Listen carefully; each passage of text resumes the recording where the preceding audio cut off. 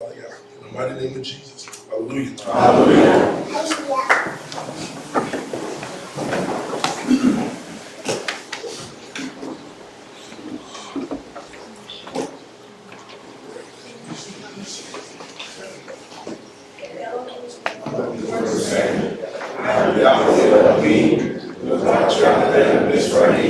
And out of the house of slavery, you got not mighty things against my face.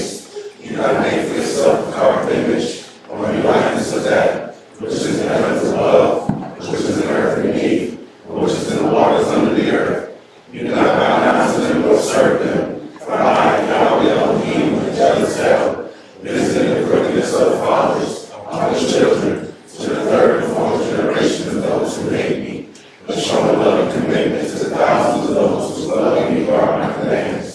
You do not bring the name of Yahweh Elohim tonight, for Yahweh is not Elohim knowledge, remember things tonight.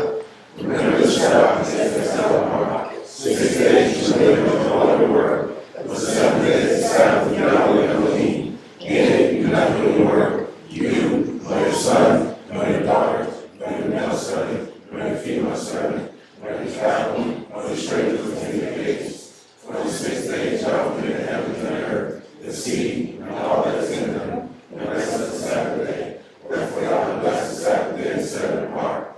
Respect your father and your mother, so that your days may go on the soil, which Yahweh Elohim has given you. You do not murder, you do not commit adultery, you do not steal, you do not bear false witness against your neighbor, you do not covet your neighbor's house, you do not covet your neighbor's wife, nor his male servant, nor his female servant, nor his ox, nor his donkey, or whatever belongs to your neighbors.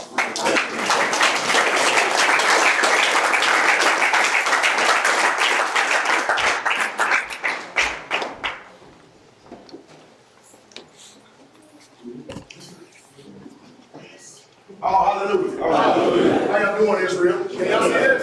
Yes. All right, y'all let me see. Isn't this nice, though? Yes. Y'all know that this is booked, right? To be able to go from house to house. Yes. We're going to be doing this community thing right here. But today we're going to do a little bit of revisionist history. Anybody know what that means? Yes. Revisionist? Yeah, it's a fancy way of putting it. You understand what I mean?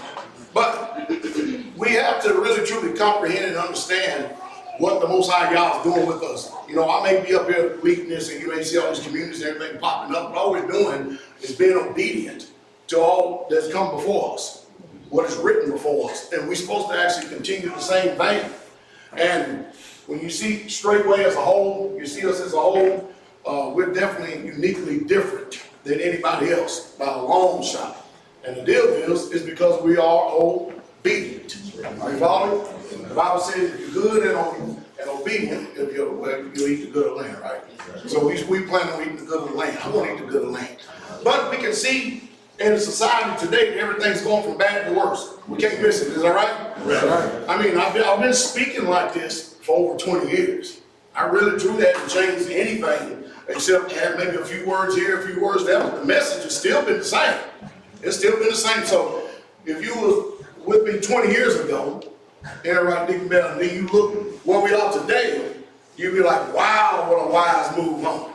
That's because we're serving all wise Yahweh. Hallelujah. Hallelujah. Hallelujah. And there ain't nobody like Jesus. Glory to the King. Lord. All right. So we're going to go over a little bit of our history. I'm having Sam to read a little bit over here in Nehemiah, the 4th chapter. And we're going to see some of the same similarities that's going on with us today. Myself and Brother Daniel was talking last night, and he was letting me in on some of the frustrations that go on with him and Rob had to go over to some of these little councils and stuff, and some about what you're going to be doing with the land and trying to get in your business and all this other stuff. But this is nothing new. When we first started and stuff, because we live in Redneckville. Everybody know Redneckville, right? We live with a bunch of white trash people that don't even know how to be racist. I mean, it's crazy.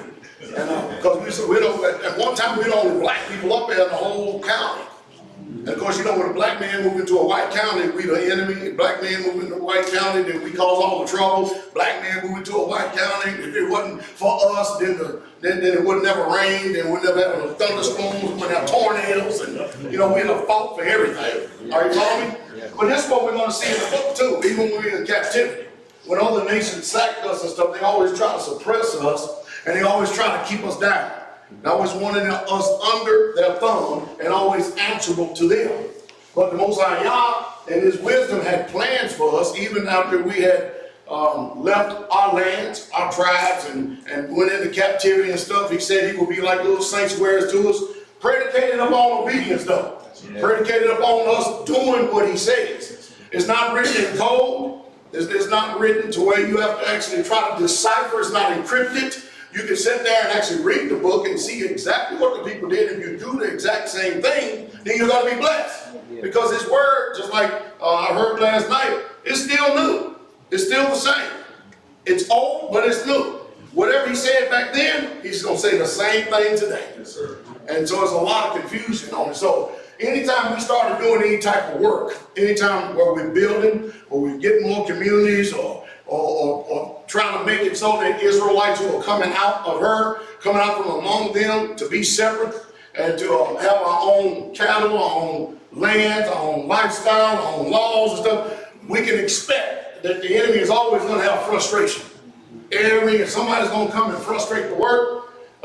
They're always going to try to come up with new laws just because you moved here to try to suppress what you do. They're going to come up with ways to say, well, you know, we have new codes. Well, we don't get away with the grandfather law. Well, you can't do this, you can't do that, you can't do this, can't do that. And of course, when I first got there, and then shortly after, a few years later, Brother Ernie had passed away. And of course, we have a little cemetery right behind my house. And the guy, what's the guy from the funeral place? We call him funeral director, corner, wherever it is. Anyway, so he had his body in the back of the, what that thing called? The hearse. Boy, that thing, that's a good looking thing. Anyway, so we poured him out something. He looked at me and said, so, do you have a permit? I said, a permit? He said, yeah, you need a permit, dude. I said, yeah, look up. What are you going to do?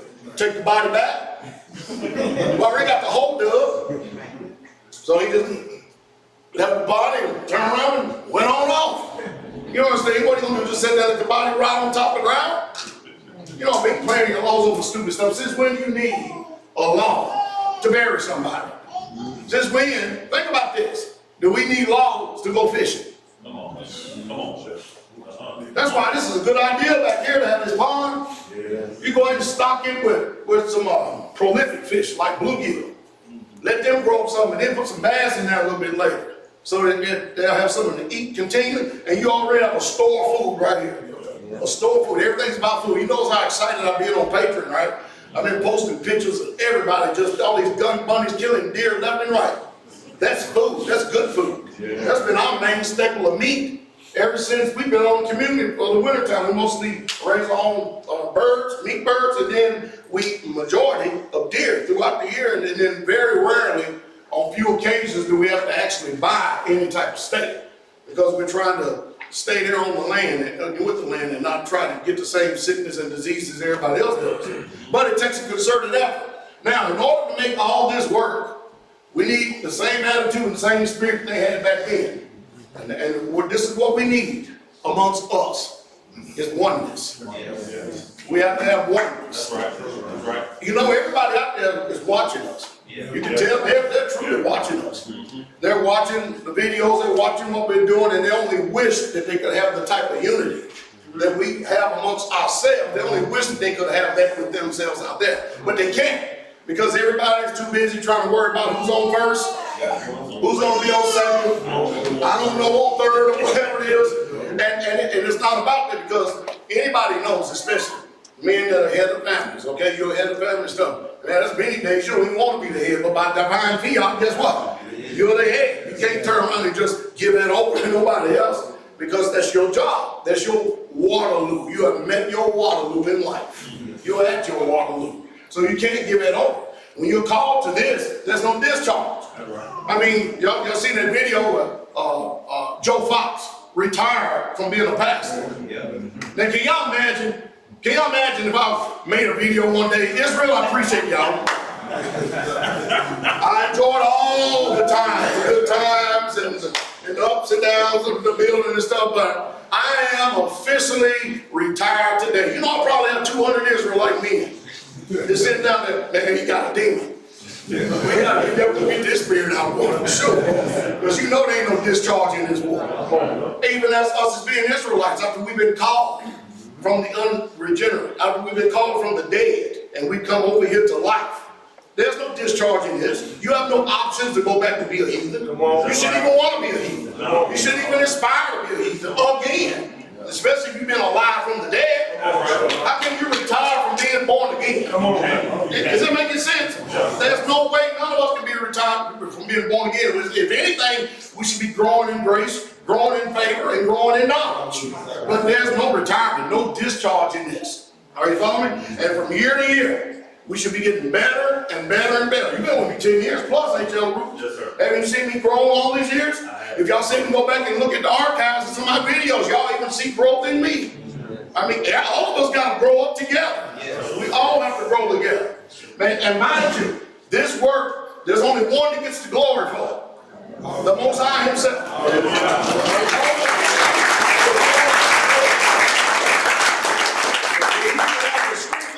He's the one that's called us.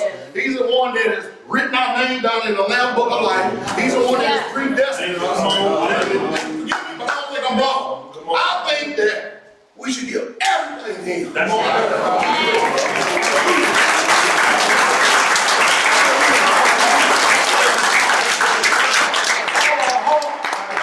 All our soul, mind, being. That's why I work where I do. I work where I do because I want to try to make it hard for somebody to beat me in the race. Yeah, come on. They win a race? Yes. And the Bible said we should be running to win it, not just to run to finish it. We should be running to win the race. Isn't that right? Yes. And so if Jesus paid it all, how much should we be paying? Oh.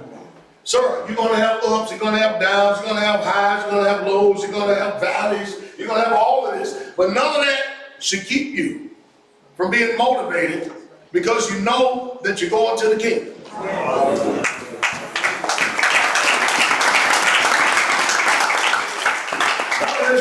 know you're going to the kingdom. Now, believe it or not, some of us in here ain't going to make it to the kingdom. Just like I say all the time, mostly during feast days, some of you, we ain't going to see you again. And if you go back and look at our history book, you'll see it's in there. Yes. Some people just don't have the zeal. The zeal that should eat them up. Hey, before we go any further, go to Nehemiah chapter 6, verse 3. Nehemiah chapter 6, verse 3, and then we'll get on into the slide right here. So read there, start there. I sent messages unto them, saying, I'm doing a great work. Okay, can you turn it up some? Get a little bit more volume. All right, come on. And I sent messengers unto them, saying, I am doing a great work, so that I cannot come down. Y'all hear that? Yep. He said he's sending messengers unto them, saying, I'm doing a great work, I'm doing a good work, and I cannot do what? So, you know, the one thing I have to guard against more than anything are those who are sent by Satan to try to frustrate the advancement of the work. Yeah. There's always distractions. All right, follow me? It seems like that people are interested, you know what I mean? Now, you know, I got this debate coming up with Yoki, Baki, right? The servant of Satan, right? The son of Satan. The one who think he God. I got a debate with him coming up, right? And of course, they're trying to push to get it out there real quick, fast, and hurry.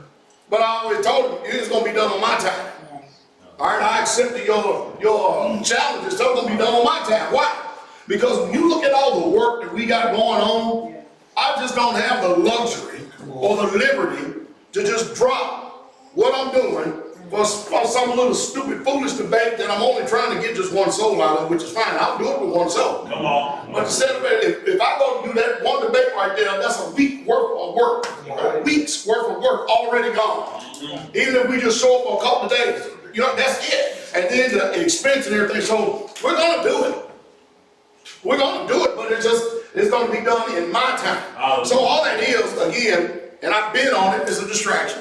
Then you got people that want to. What you say when we talked the other day, Mike Israel, you said that, well, I got a couple of camps. You explain it better than I can. Well, it's some Hebrews that they still watch my videos. They've seen the growth with me being here at Straitway.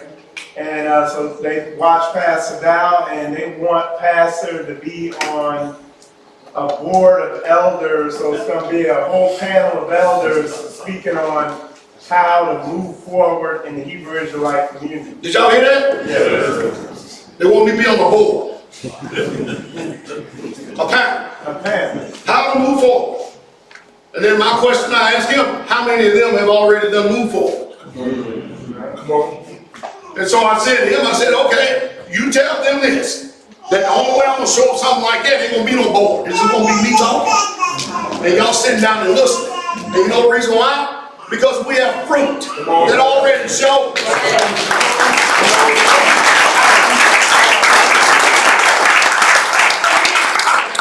How to move forward and stuff. If they don't have any fruit that lines up with their walk, you ain't got nothing to say. No. See, that's what I'm saying. See, everybody always got something to say. What are you going to tell me? What, we need to come together? Well, we're already together. Right. You understand what I mean? You going to teach me how to purchase land? You're going to teach me how to get the land secure? You're going to teach me how to keep people together? You're going to teach me how to do communities? Are you out of your mind? Shut up! That's the problem with Israel. And see, what they do is they look at me and they think that this position is some type of grandiose place or something like this, but it's a position of heartache. Yes, it is. Trouble. Yes. It is. Big time. But there's also joys of seeing people getting delivered, getting set free, or watching people get the message and coming out and being, I mean, think about this. If we all wasn't part of Straitway today, can you imagine what we would all still be at? Yes. We'd still be in our own little selfish ways, be in our own little selfish thing, probably dead up to the hilt and everything else, and have no fellowship, nothing whatsoever at all. Your family don't want you. The world don't want you. You don't want you. Nobody wants you, but now we have a family here that we have nothing.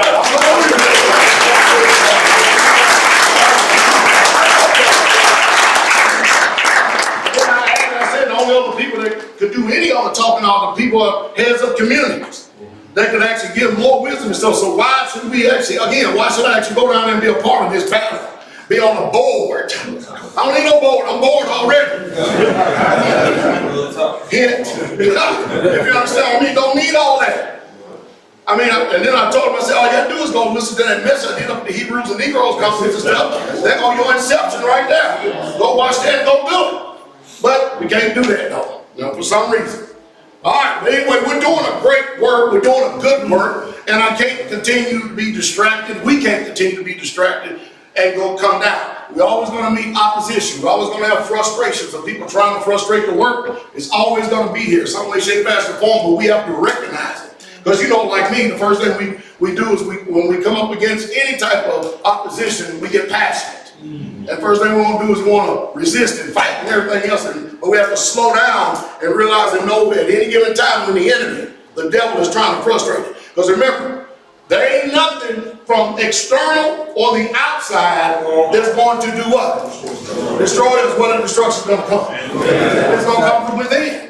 How does it come from within? Drama, discord, dissension, betrayal, backbiting, offenses.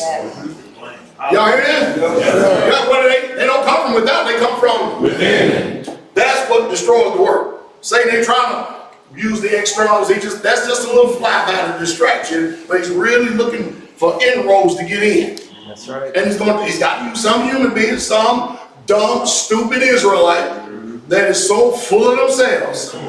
You know, that's the reason why the majority of troubles happen in Israel, right? Because it's all about you. You don't put yourself in nobody else's position.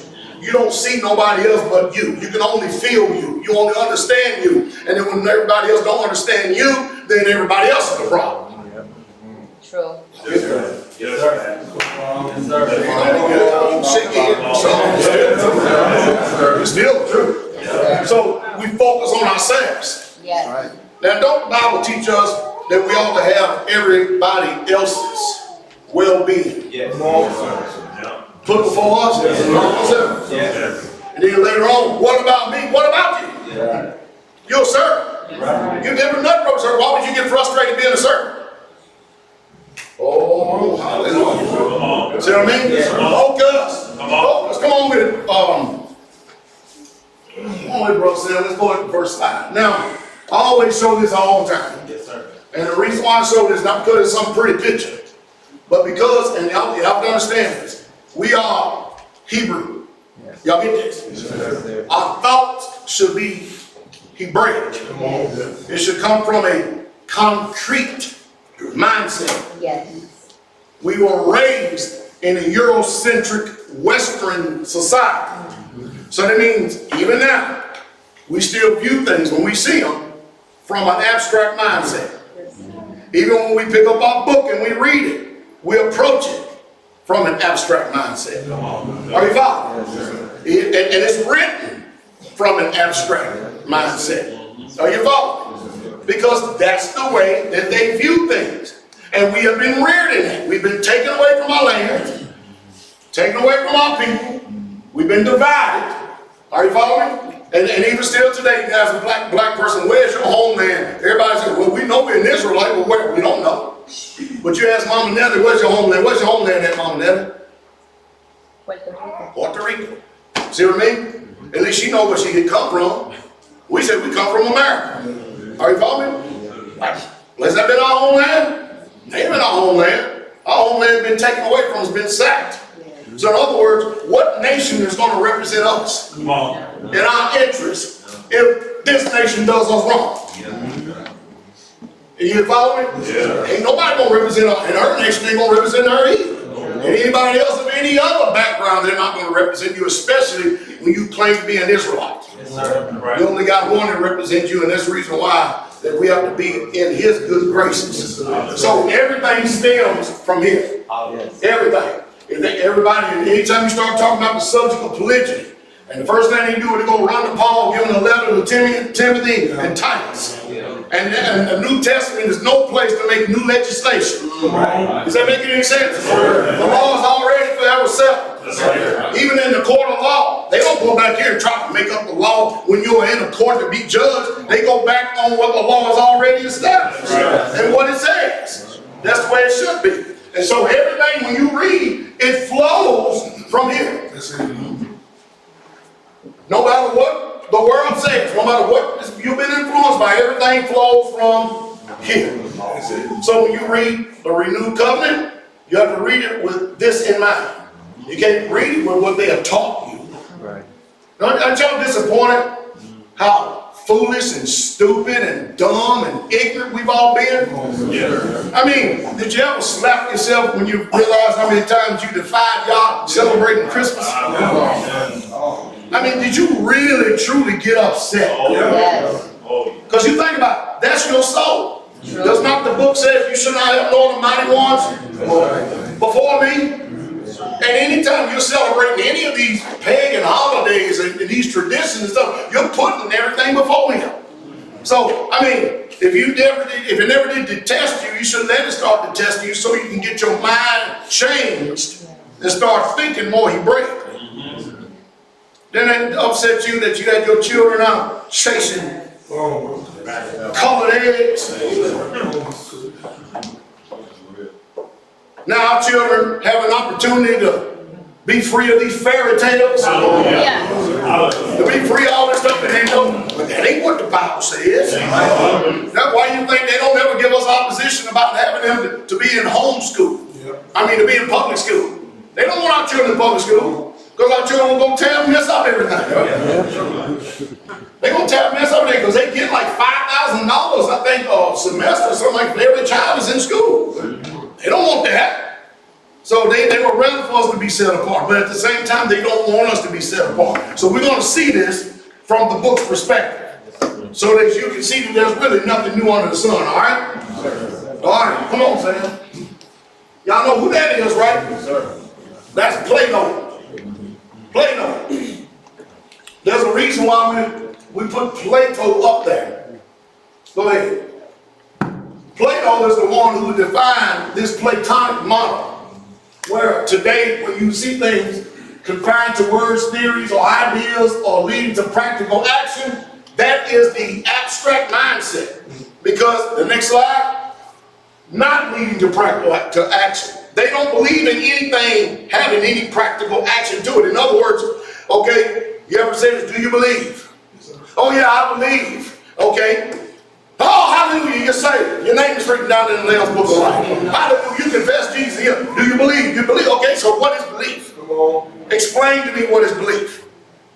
Now, if you can, I can explain to you what belief is. Belief is always associated with right action. But up here, it's just all about if you can mentally affirm and say that you believe. Believe what? You understand what I mean? Well, I believe Jesus. Okay? You believe him, but if you don't obey him, you don't do his words, you don't believe. So see, the Platonic model is not associated with right action or even doing any action. And that's why there's so many inactive Israelites today. They're so inactive, that's why you never see any fruit. I mean, you can believe a fruit tree is outside in front of this door all day long. Everybody believe it? No. I believe. See, that's what they've done to us. Can you believe it? I believe that there's a fruit tree right here. Do you believe it? Ain't nobody believe it because you didn't see it, did you? And you don't believe it because ain't nobody planted it. But that's the way they have fooled and toyed with us ever since we've been born in this country right here. Fooling around with us. And some of us are still prison. Our minds are still in chains to that type of philosophy and mindset. Because it doesn't lead you to right action. Being in a Platonic model and not having even any right action, be it in moral, in theory, or concept. Read on. Next slide. So, concrete concepts of rebuilding our Hebrew culture. Abstract thinking is a level of thinking about things that is removed from the facts of the here and now. That's removed from the facts. All right? So, we have an example. We have 7 appointed times. Is that right? Yes, sir. And we know that those appointed times are real because we end up doing them. Yes, sir. Are you following? Now, our appointed times is written in the book of the law. That's right. Is that right? You can see how people carrying it out. But where do you see written anywhere in the whole of the Bible that it's time for us to celebrate Thanksgiving? Nowhere. But yet we come together. Or Christmas. Nowhere. Are you following? Where is any of this? Are you following? Next one. And from specific examples of things or concepts being thought about, abstract thinkers are able to reflect on events and ideas. And they equate, I'm adding all this in there, they equate these events and ideas as reality. Are you following? If you think an idea, they believe that that's proper thought. And in that proper thought, they believe it's proper action. And that's the reason why they're being caught up with an abstract mindset will lead you to destruction because it doesn't lead you to right action. Does this make sense? It does. Rick, come on, next one. And an attribute is a relationship separate from objects that have those attributes or share those relationships. English-speaking people are trained to learn and to think in the abstract. That's right. What is that? That's a foundation. Y'all see that, right? That is concrete. Is that right? Yes, sir. So whenever we talk about foundations, now you know what a foundation looks like. For every home that is built here, but then, notice this foundation, you see, this is what? Earth. Dirt, right? This is what? And that concrete is made out of what? Rock. Are you following? And of course it has chemical in it, but it's a solid substance. Now, are we not to be able to, or should we not build everything on a solid foundation, on a sure foundation? Does that make sense? Because the building is only going to be as strong as the what? Foundation. Is that right? All right, next one. What's that? Rebar, and what is this? Y'all see that, right? And you always hear me say, if you're going to build anything, build with what? Because what was Jerusalem, ancient Jerusalem built out of? Rock, wasn't it? Yeah. Isn't that right? And this comes from rock and block. All right? So you build a building with this, it'll be able to withstand more than a natural stick building would be able to, especially if a storm comes, right? Yeah.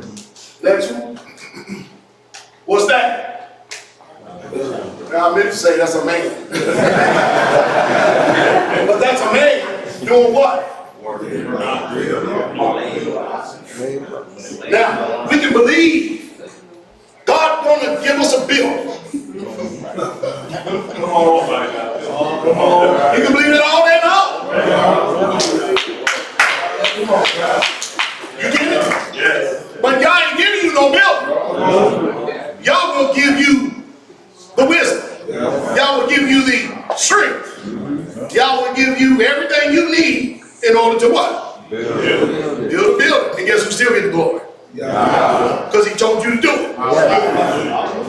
Are you following? Yes. The reason why you don't see these camps, anybody else flourishing, because ain't nobody willing to do the work. Nobody's willing to put in the effort. Are y'all listening? We can have all the money in the world, but it's still God commands us. You build the houses. Yes. You plant the gardens. Yes. Did you hear that? That's what he said. Did he say that? Yes. And then he said he will bless the labors of your hands. And then he says you'll be happy. Yes. The reason why we're not happy, because you know when you spend your days doing this, you ain't got time for drama. You don't have time for discord and dissension. You don't have time for all this stuff, these little foxes that come and destroy. So if you wonder why all of them out there will never ever get to where we at, because they don't want to put in the work. The reason why I make videos like this is because I'm showing what the Bible teaches, which is leading by what? Example. And it's hot out there. You can see how wet I am. It's really hot out there. I didn't think the video was gonna play because he must got a fancy thing because he just showed a picture on my side. All right, next one. What's that? Y'all see that? Yeah. Isn't that a nice home? Look at this foundation. Isn't that really nice? Elder Mitchell come down for years. For years. Someday, Pastor, I can do that. I said, no, you ain't. Give me the block. I said, no, you ain't. Give me the block. Oh, I can do that. I didn't say he couldn't do it, but he wasn't going to do that. You understand what I mean? Because I have to have him start focusing more on other things. Like, I'll give you an example. When we're building, everybody wants to lay blocks, but nobody wants to carry the sand. Nobody wants to make mud. Nobody wants to bring the materials, but you got to know how to do all that, because what if everybody else ain't there? If you learn it from the ground up, when nobody else ain't there, guess what? The building still goes. See the wisdom? Come on. Nice home. Brick. Are you following me? All this gonna make sense. Next one. Men of Israel, build your house on the rock. Hallelujah. And our foundation, our rock is Christ. Is that right?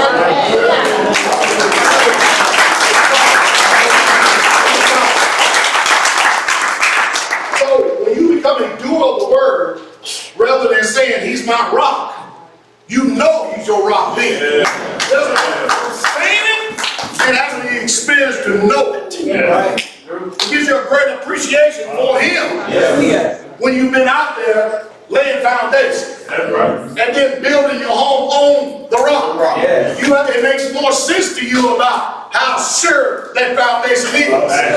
Does that make sense? See, that's preaching that goes on. When you are actually doing what y'all says. Come on. Remember, our culture and its analogies are always expressed in concrete terms, words, and phrases. Our minds and the way we think must be, what's that word? Transformed. It must be transformed. You may see one way, and you may believe it to be one way, but you have got to erase that and force yourself to believe the right way. Does that make sense? Come on. We are mentally still in chains today because of the way we talk and process thought. How you approach scriptures will determine your level of faith and power. Faith and power. I have people all the time, all the time come in. Pastor Dowell, what can I do to get more power? I say, do the work. Oh, I'm praying. Okay, when you finish praying, then what? Yeah. Blessed not the, but the. See how simple it is? Do the work. Well, you pray, I pray. You read, I read. Then how is it I got more power? Because I'm Pastor Dowell. I've been dealt a measure of grace like anybody else. And on that measure of grace, we all charged to build that measure of grace. Y'all remember these nice parables and talents that the Most High, Yahshua gave us? That was a parable and a talent. He gave one guy 1 talent, two, and another one 5, and then I often use it and say, well, which one are you? Because everybody likes to say, I'm the 5 talent.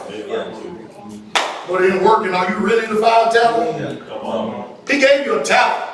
Talent being born again, and he gives you this wonderful Hebraic mind and stuff. Not for you just to sit there and you soak yourself and immerse yourself with knowledge so you can go out there and beat up on the Gentiles with scriptures. Come on, Chef.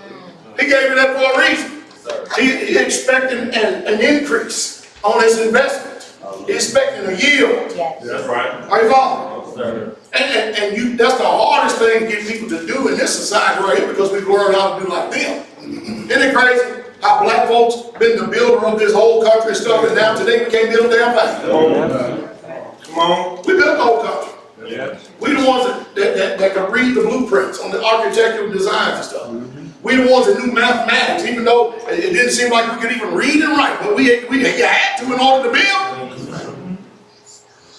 Now you put some blueprints in front of us, we look at it like, what is that? You see what I mean? Because we don't apply ourselves. So if you're not going to do the work, he can't entrust you with. Because if all you're doing is praying, and all you're doing is fasting, and you're expecting more increase in power, then you won't think it's something that you've done. Right, all right. And you're going to try to get people to focus on you. Yes. Why? Because I fast and I pray. Wow. Come on, Chef. It's a fact. No, it's real talk. It's real.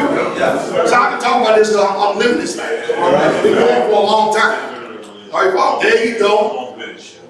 Next. Nehemiah 4. Here we go. Here we go. But it came to pass that when Sanballat heard that we builded the wall. Notice, when he heard that we were rebuilding the wall. Come on, because remember, our whole cities there have been sacked and destroyed. All right? When we're buying these lands, keep all this in mind, what are we doing? We're building. Isn't that right? They went to a council and they said, well, how about a 4-foot wall there, so I'll do 6.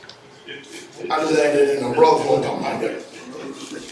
Brothers won't talk about this going in there. Come on. He was wrong, and took great indignation and mocked the Yehudim. And he Y'all hear said, that? Yeah. How many people are still mocking us today? Come on. Let's get this reality check. Here we are, got our mind to build these communities, to build homes, all right, follow me?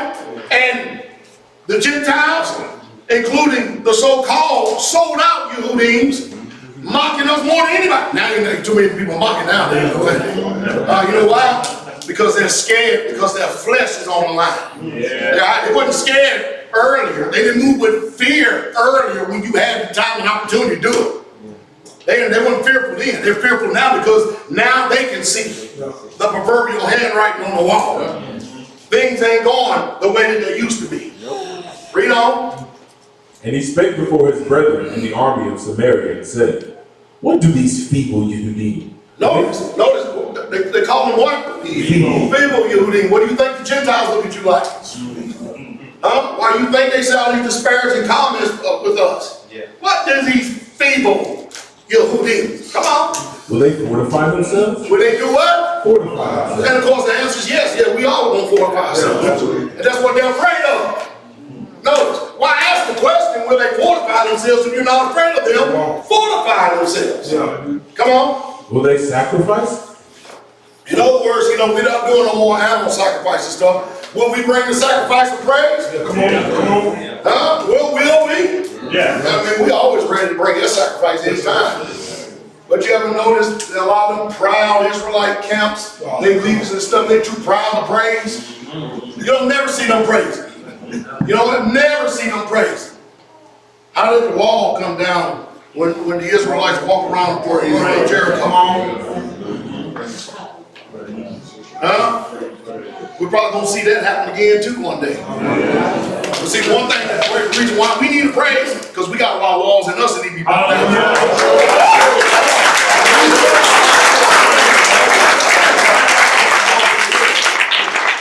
We don't. Watch it. It's good. Will they make an end in a day? Will they revive the stones out of the heaps of the rubbish which are burned?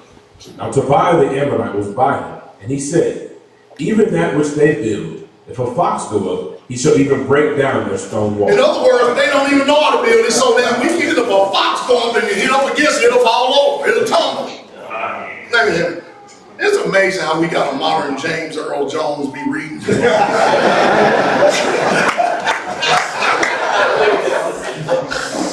That voice, and he don't even try, he just talks like it all the time. Come on. Hear, O Yahweh Elohim. Now notice, whenever the enemies and everybody was devising plans to come against us, mocking us and everything else, notice what our people did. First thing they did was go straight to Yah. Come on. Straight to Yah.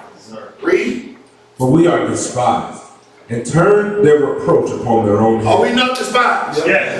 And their prayer was what? Turn their reproach upon their own head. Whatever they meant to do against us, let it be unto them. Come on. Now what the Christians would say, well, we're now in the New Testament, so you're supposed to pray for your enemies now. I am praying for my enemies. Oh, yeah. We're despised. Yes. Whatever they meant to do against us, let it be done unto them. I'm praying for my enemies. Come on. That's right. See, y'all see the series where I started out with thinking? Come on. And give them for a prey in the land of captivity, and cover not their iniquity. Now watch this. Why are they asking them, don't cover their iniquity, don't do anything? You know the reason why? Because they have already had their strength taken away from them. They already are living in somebody else's land. Their land is now under the rule of somebody else. Do we not find ourselves in the same position? Yes, sir. We can't just be going out here taking our guns and our ARs and just mowing down all the Gentiles, can we? No. So we got to do what? Pray when we're in captivity. Does that make sense? Yes, sir. And then let God do the fighting of the battle of that. Now, if they decide to come over and trespass and want to do evil and stuff, and then we pray that the Most High Yah make our aim true. Does that make sense? Come on. And let not their sin be blotted out from before thee. Now listen, this is, you hear what he's saying, right? In other words, don't even let them be forgiven. Why? For coming against your people. Mocking and jeering as we're doing the work. Read on. For they have provoked thee to anger before the builders. So built we the wall, and all the walls joined together unto the half thereof. For the people had a mind to work. You know we're going to stay there for a second. You know we're going to stay there for a second, right? You know why? Because they knew what they were doing. It had fruit to it. So the people had a mind to work. Some of you ain't got no mind to work. You got a mind to ghost. You got a mind to have excuses. You got a mind to be offended. You got a mind to keep traces. You got a mind to drag down. You got a mind not to show up. You got a mind not to do anything. But you expect everything. But over here, these people had a mind to work. You think? You think their mind was transformed? You think their mind was renewed? Yes. They had a mind to work. That's good. They were praying, but they were working. That's right. Y'all hear that? Blessed not to hear us, but the doer. That's the toughest thing in the world with an Israelite. We live in a world of benefits, entitlements. Why work? Why are you not going to be blessed? Come on. But it came to pass that when Sanballat and Tobiah and the Arabians and the Ammonites and the Ashdodites heard that the walls of Jerusalem were made up, and that the breaches began to be stopped, then they were very wroth. Woo! So we can expect that anybody seeing us doing in the building, they're not going to be rejoicing for us. They're going to get angry and upset. Y'all live up here. In somewhere in Indiana at an undisclosed location. And these people don't love y'all. Y'all mind your own business. These people hate y'all. You would thought, man, especially y'all beloved Colts players. Oh, man, you got Rob Mathis, man, gridiron icon, man. Everybody love him. Yeah, the field. They don't love him because he loved Messiah. That's what a line draws. They don't love you because you love Messiah. That's facts. Look, am I telling the truth, y'all? Are y'all not hating up here? What did you do to receive that hate? Nothing. Let me detour here for a second. Come on. There were some rednecks up here. Kept driving out the front gate and doing all kinds of stuff, right? You remember how the story was, right? Can you come up here and explain what went on? Yes, sir. I want y'all to listen real close. I got a random message from somebody I don't even know. They sent me a message, got it about 3 o'clock in the morning on Messenger, and sent me a link to somebody else's page talking about how it's a black militia here. You hear that? All of a sudden, and we walking around the land with ARs, which is false, but if we wanted to, we can because it's our land. Then I started reading these comments, and these folks talking about they're gonna come over here and give us good haircuts. We're gonna go over there and leave no witnesses. We're gonna drive trucks through the gates and tear down and shoot up and all type of stuff. When we first came here, y'all hear that? No reason. Then I told you to report it to the sheriff, right? Yes, sir. All right. Keep going. So we reported it to the sheriff. The next thing you know, he said, I'm getting a whole lot of calls from men that are associated with your church. I said, yeah. He said, they seem to be very upset because Pastor put it out there and said, look. I called the sheriff's department, he didn't answer, so I left him a message on his personal answering service. That's right. Go ahead. And what ended up happening is he got calls from everybody because he knew at the drop of a dime that this town would be flooded with Israelites before they blink. And they piped it down real quick. Real quick. Because my message didn't tell me. I said, look, if y'all get y'all head out your ass up there, I'll bring 300 armed Israelites up there. And we'll take care of the situation our own damn self. That's right. And then he told you that your pastor seemed like he was what? He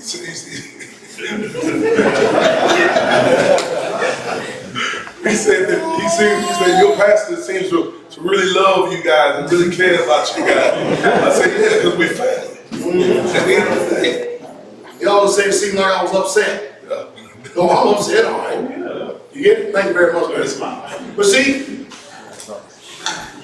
sometimes you have to think and say, okay, is this where my time going to end at? But you have to be willing to go to it. If you understand what I mean. You got to ask yourself, make a calculator, is this where my time going to end at? You follow me? Because a lot of people talk about being family. But they ain't really family. That's all fact. When I hear stuff like that, because I've experienced it down there, you understand what I mean? When I hear stuff like that, I take it to heart. Because you can't go threaten a public official. You can't go threaten the sheriff or anybody else in town. And if you threaten a white person up here, they'll take you serious as hell. They'll have 5, 6 cops out here. Whole FBI, everybody else out here. Because of this. Calling your skin. But if you get threatened, oh, it's made light of, nobody says nothing. Are you following me? I'm trying to show all of us that I'm not just here just wording and talking words. We have a right to life, liberty, and a pursuit of property. That's right. It used to be happiness, property. When you get property, that's what makes you happy. Are you following me? And so they got to understand, we're going to stay in our lane. But if somebody come in our lane and get out of their lane, we're going to take care of what's in our lane. And it's more than just words. Are you following me? So I'm willing to talk up. Good, I've had 55 good successful years. If I have to go out this way and defending and protecting my family, so be it. In other words, mine is made up. Like you have a mind to work, you better have your mind made up in this. Remember, you don't go out and start nothing with nobody. You don't start any trouble with anybody. Stuff, but if trouble comes, you don't run from it either. Is that not the same y'all that wrote the charter? Is he the same yesterday, today, and forever? Is he not? I tell you, you're not going to see King David burning in hell for all the people he had to kill. Christianity got you thinking that you're going to go to hell if you kill somebody. Now it's righteous. So defend yourself. Tell people don't like talk like that because it emboldens people. It opens up their mind and their conscience. All right, read on.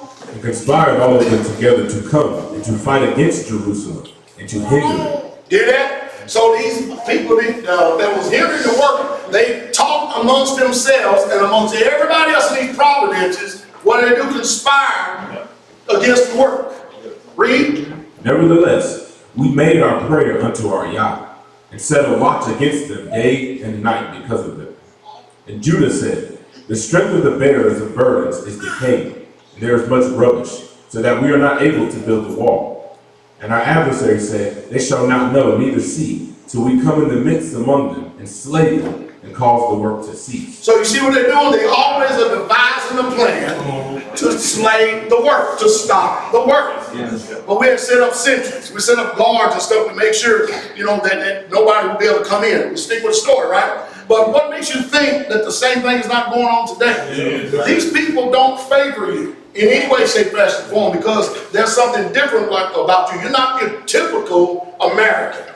You are a born-again Israelite, and then those that are in darkness, they see the light, and they know the light, and they recognize it. You need to recognize the light that is inside of you, which is Yahshua. All right, follow me? And they that are in darkness, they hate the light that is inside of you. That's why they always want to be motivated to frustrate the work, to stop the work, to do whatever they can to get people to ally with them, to come on their side, to speak evil and to bring more curses. Why? You have to be on the cutting edge of spiritual warfare daily.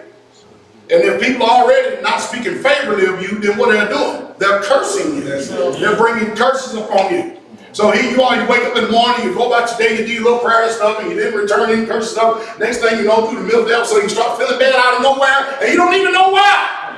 Probably because somebody else spoke some evil upon you, and you've done nothing about it. So, mind, be vigilant. Because your adversary, the devil, walks about as a roaring lion, seeking whom he may devour. Roaring lion makes noise. Lions don't roar when they eat. Lions don't roar when they're getting ready to kill a prey. They don't want to compromise, give up their position. Lions roar after they're full. See the analogies? Come on. And it came to pass that when the Yehudim which dwelt by them came, they said unto us 10 times, from all places which he shall return unto us, they will be upon him. Therefore said I in the lower places behind the wall, and on the higher places I even set the people after their families with their swords, their spears, and their bows. And I looked and rose up and said unto the nobles, to the rulers, to the rest of the people, be ye not afraid of them. Remember Yah, which is great and terrible. Y'all hear that? Yes. Don't be a what? Afraid of them, but remember Yah. And also remember Yah who made your hands to walk. That's right. But remember him. Yes. Don't be afraid of him. That's the only thing the enemy trying to get you to do is get you to be afraid of him. So you can stop the work. Now, we're still going to stick with the work, but we're going to go spiritual a little bit, right? All right? What are the enemies that are working inside of you that's got you afraid and got you immobile that you don't even do the work? What are the enemies? Well, how is the enemy disarming you in your mind to the point he makes you non-responsive because now you don't have your hand to do the work? Because a lot of times it's not that you're physically disabled. You're physically able, but here you're disabled. Until you get this right, you can't get this right. Because this is going to perform the way this performs. So you got to have your mind ready. What enemies do you have frustrating the work up here? How is the enemy mocking you by saying if I put a fox up there and hit against the wall, it'll fall? What you got? What foxes does he send? The little foxes destroy the vine. What fox did you send? I mean, what is he using? Because there's a lot of mind stuff going on here that make people non-responsive, hindering the work Because I mean, I'm looking at a bunch of physically able-bodied people in here. So what reason? Wow, these people have mind to work. Mind.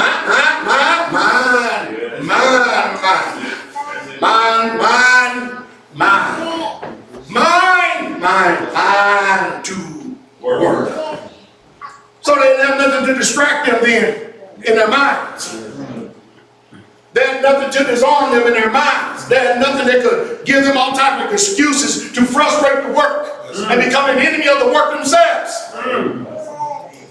Mind to work. Again, are we able? Yes, sir. Yeah, we're physically able, but what if you're physically able, but your mind ain't shit?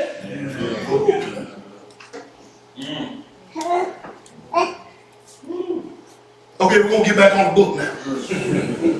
Okay? We're gonna get back on the book now. Read. Remember Yahweh, which is great in terror, and fight for your brethren. And fight for your what? Brethren. And fight for your what? Brethren. And do what for your brother? Fight. For your brethren, your sons and your daughters, And for your sons and your what? Daughters. Come on. your wives and your houses. Y'all hear that? Yes. In other words, we got a lot to fight for. Yes. Do we got a lot to fight for? Yes. We got a lot to fight for. Brother, fight for brother. Yes. Your sons, Yes. your daughters, Yes. your wives, Sir. your houses. You got a lot to fight for. Yes. Now let's go back spiritual. Why did you fight? Huh? Why did you fight? Why did you fight? Yes. Oh, we read it quick, fast, in a hurry. We read it. Why did we fight? Huh? Why are we so weak? Huh? Right here. Why are we so weak-minded? Oh, we physical. Oh, man, we read it, man. Why did you fight then?